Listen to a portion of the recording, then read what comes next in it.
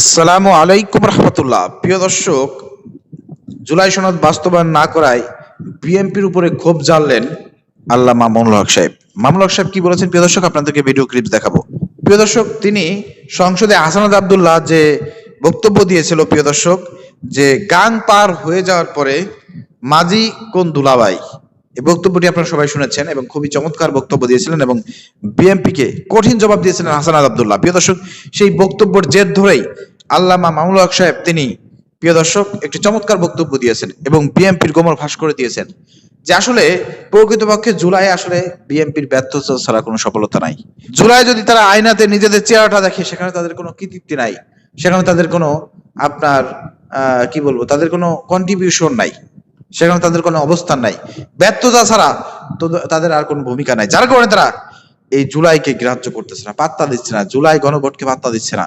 এটাকে সব সাইড করে তারা তাদের মতন করে আইন পাশ করতেছে, দেশ পরিচালনা করার স্বপ্ন দেখতেছে এবং সেই পথে তারা হাঁটতেছে। প্রিয় দর্শক, চলেন সেই গুরুত্বপূর্ণ বক্তব্যটি আমরা শুনে আসি। হাসনাত আব্দুল্লাহর ভাষায় বলতে হয় যে গাং পার হয়ে গেলে মাঝি কার দুলাভাই।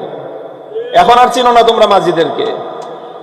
আমি তো আমার এক বক্তব্যে বলেছি, বিএনপি যেই হীনমন্যতার শিকার, আসলে বিএনপি 24-এর গণ অভ্যুত্থানের মানে আয়নায় নিজেদের ব্যর্থতা ছাড়া আর কিছুই দেখতে পায় না। এই জনগণ, এই দেশের মানুষ ফ্যাসিবাদের জাতাকলে পিষ্ট হতে হতে তারা বিপ্লবের জন্য সম্পূর্ণ প্রস্তুত ছিল।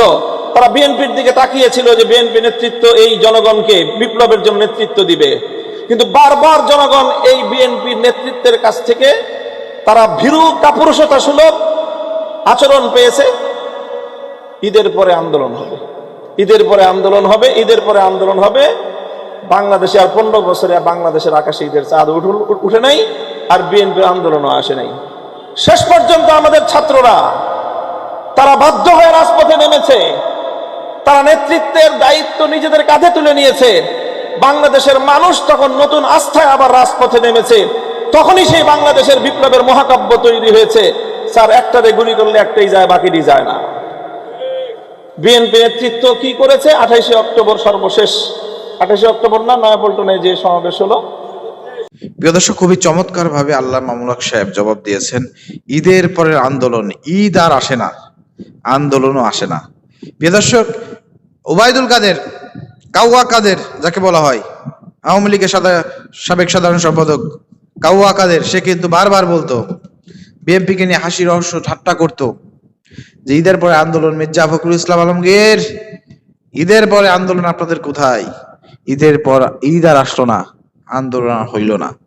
প্রিয় দর্শক, ছাত্র জনতা অনেক আশা ছিল তারা নেতৃত্ব দেবে, কিন্তু নেতৃত্ব জায়গা তারা থাকতে পারে নাই। ছাত্র জনতার নেতৃত্বের মধ্যে দিয়ে এই বাংলাদেশ স্বাধীনতা পেয়েছে, আর তারা এখন সুবল ভোগ করতেছে। এখন যারা স্বাধীনতা বই আনলো, যারা জীবন দিল, যারা সংগ্রাম করলো, তাদেরকে ভুলে এখন তারা তাদের নিজেদের মতন দেশ পরিচালনা করতেছে, নতুন করে ফ্যাসিবাদ হওয়ার স্বপ্ন দেখতেছে। এই দেশ এবং জাতি, এদেশের জনগণ, জুলাই যোদ্ধারা, ছাত্র জনতা এটা মেনে নেবে না। ইনশাল্লাহ তারা জেগে উঠবে এবং আর সমুচিত দাঁত ভাঙা জবাব দেবে ইনশাল্লাহ। প্রিয় দর্শক, ভিডিও শেয়ার করে সবাইকে দেখার সুযোগ করে দেন।